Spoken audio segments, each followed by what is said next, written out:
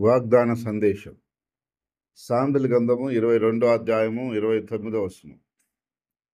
తన పనిలో నిపుణత గలవారిని చూస్తివా? అల్పులైన వారి ఎదుట కాదు, వాడు రాజుల ఎదుటనే నిలుచును. ప్రియ సహోదరి సహోదరులారా, ప్రభు అంటున్నాడు, తన పనిలో నిపుణత గలవారిని చూశారా? వాడు అల్పుల ఎదుట కాదు, రాజుల ఎదుటనే నిలుస్తాడంటున్నాడు. అంటే ఎవరైతే తన పనిలో నిపుణత సంపాదిస్తారో వారు ఒకరోజు ఒక ఉన్నతమైన స్థాయికి వెళ్తారని ప్రభు చెప్తా ఉన్నాడు. కాబట్టి నా ప్రియ సహోదరి సహోదరుడా, పని ఏదైనా తప్పు కాదు. ఏ పనైనా మనిషి చేయొచ్చు. కానీ ఆ పనిలో ఒక నైపుణ్యత సంపాదించాలి. ఆ పనిని గురించి బాగా నేర్చుకోవాలి. అది దాని గురించి మనకు అన్ని విధాలుగా తెలిసుండాలి. అన్ని కోణాల్లో దాన్ని చేయగలిగి ఉండాలి. ఇందులో ఒక ప్రత్యేకంగా మనం చేయగలిగి ఉండాలి. అందరూ చేసే పని అలాగే ఉన్నా, మనం చేసే పని ఒక ప్రత్యేకత ఉండాలి. నువ్వు ఒకవేళ చేతి పని చేయొచ్చు, కూలి పని చేయొచ్చు, వ్యాపారం చేయొచ్చు, ఉద్యోగం చేయొచ్చు, పరిచర్య చేయొచ్చు, ఏదైనా చేయొచ్చు. అయితే నువ్వు చేసేటువంటి ఆ పనిలో ఒక ప్రత్యేకత కనిపించాలి. ప్రత్యేకత కనిపించకపోతే నువ్వు ఒకరోజు ఒక ఉన్నతమైన స్థాయిలోకి రాలేవు. ఒకవేళ ఒక బేలుదారి గోడ కడితే అందరూ కట్టినట్టే అతను కూడా కట్టినప్పుడు అతనిలో ప్రత్యేకత ఏముంది? కానీ అతను కట్టింది ఒక ప్రత్యేకతగా ఉండాలి. ఒక వడ్రంగి ఏదైనా ఒక పని చేసినప్పుడు ఆ వస్తువు ఒక ప్రత్యేకంగా కనిపించాలి. ఒక శిల్పి ఒక శిల్పాన్ని చెక్కినప్పుడు ఆ శిల్పము ఒక ప్రత్యేకంగా ఆకర్షణీయంగా అందరికంటే డిఫరెంట్‌గా ఉండాలి. ఆ నైపుణ్యత అక్కడ కనపడాల. కాబట్టి ఈరోజు నా ప్రియ సంగమా, దేవుని బిడ్డలారా, నువ్వు ఏ పనైతే చేస్తున్నావో అది కూలి పనైనా కావచ్చు, చేతి పనైనా కావచ్చు, ఏదైనా కావచ్చు. చేత్తో చేసేదైనా కావచ్చు, నోటితో చేసేదైనా కావచ్చు. ఏ విషయమైనా కావచ్చు. ఆ విషయంలో నీకంటూ ఒక ప్రత్యేకత ఉండాలి. ఒక నైపుణ్యత ఉండాలి. అప్పుడు ఆ పని ఆ నోట, ఈ నోట అది గొప్పవారి స్థితి దాకా వెళ్తుంది. ఉదాహరణకు ఒక ఇంట్లో పని చేశాం. ఆ ఇంటి వారు చూసి ఇది ఎక్కడ మేము చూడలేదండి. చాలా ప్రత్యేకంగా ఉంది అని చెప్పారు. ఆ ఇంటికి ఎవరన్నా వచ్చారు. ఆ పని చూసారు. ఇది ఎవరు చేశారండి ఈ పని? భలే చేశారు. మేము కూడా ఇలా చేపించుకోవాలా అని నిన్ను పిలుస్తారు. ఆ తర్వాత మళ్ళా ఆ ఇంట్లో నుంచి ఇంకొక ఎవరైనా చూసి ఇంకొకరు పిలుస్తారు. ఆ విధంగా ఒకరికి అది ఉన్నతమైన స్థాయికి పోయేదాకా తీసుకెళ్ళిపోద్ది. అయితే నువ్వు చేసే దాంట్లో ఆ నైపుణ్యత కనిపించకపోతే ఎవరు మనల్ని పిలవరు. అదే విధంగా నువ్వు చేసే వ్యాపారంలో గూడాను, నువ్వు చేసే ఉద్యోగంలో గూడాను, ఏదో ఒక చిన్న కంపెనీలో నువ్వు ఉద్యోగం చేస్తుండొచ్చు. నీలో నైపుణ్యత ఉంటే ఒక పెద్ద కంపెనీ నిన్ను తీసుకోవచ్చు. నీ నైపుణ్యతను బట్టి. అందుకని ప్రియ సహోదరి, సహోదరుడా, ఈరోజు నువ్వు ఒక ఉన్నతమైన స్థాయికి రావాలని ఆశపడుతున్నట్లయితే, నీ పనిలో నువ్వు ఫస్ట్ నైపుణ్యత సంపాదించాలి. అది ఏదైనా కావచ్చు పని. దేవుడు నీకిచ్చిన పని ఏదైనా కావచ్చు. తప్పు లేదు. దాంట్లో నైపుణ్యత సంపాదించడమే నీ బాధ్యత. నువ్వు నైపుణ్యత సంపాదిస్తే, ఒకరోజు ఒక ఉన్నతమైన స్థాయిలోకెళ్ళిపోతావు. అది ఆ నైపుణ్యత ప్రజలు చూడాల. నువ్వు చెప్తే సరిపోదు. మనం చెప్తేంత మాత్రం కాదు. ప్రజలు చెప్పాలి నీకు. నేను మొన్న బుధవారం మనం టీవీలో వాక్యము ప్రకటిస్తున్నాం కదా! వాళ్ళ దగ్గరికెళ్ళాను.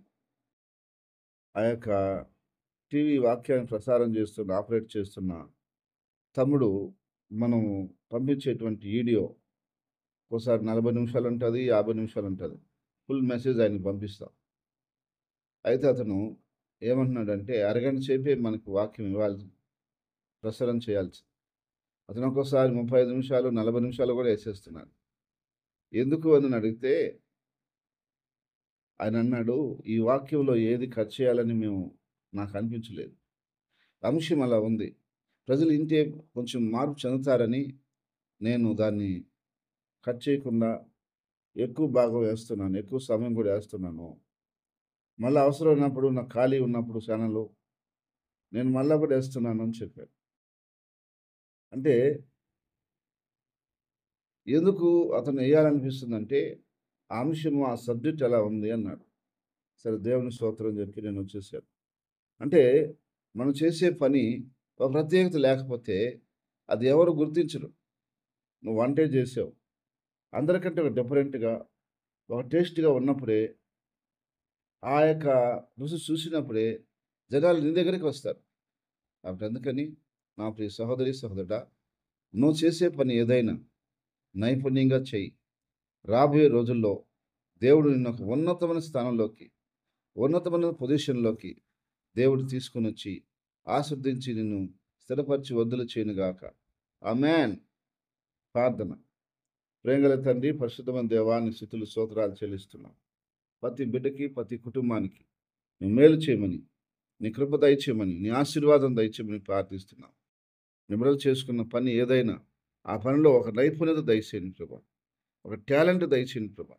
వారు ప్రత్యేకంగా చేయటానికి, ఆకర్షణీయంగా చేయటానికి, అందరికీ ఉపయోగకరంగా చేయటానికి నువ్వు సహాయం చేయమని, ఆశీర్వదించమని ప్రార్థిస్తున్నాం.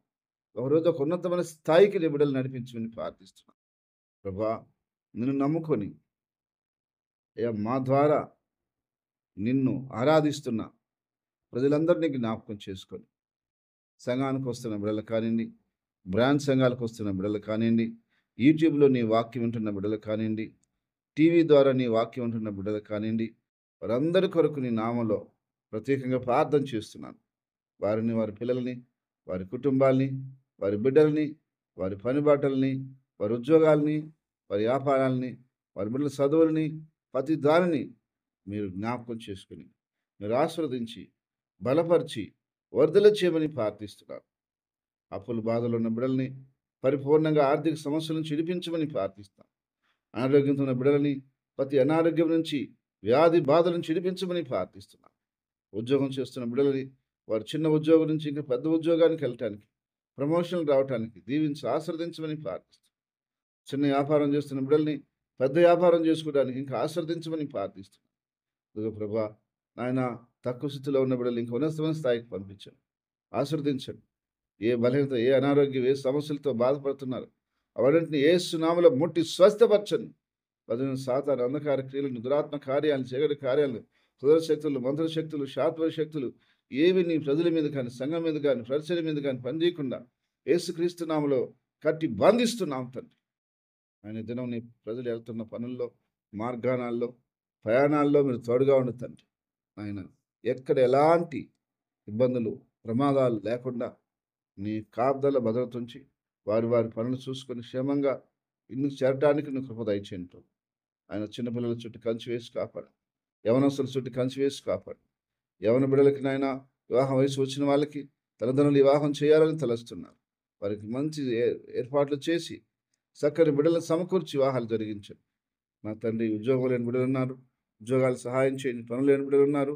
పనులు సహాయం చేయండి. నాయన ఏ యొక్క ఇబ్బందులతో, ఏ కుటుంబ సమస్యలతో బిడ్డలు బాధపడుతున్నారో వాటన్నిటి నుంచి యేసు నామములో విడుదల దయచేయండి. మా దేశము జనాభా ఎంతమంది ఉన్నారో వారందరినీ కూడా రక్షించండి.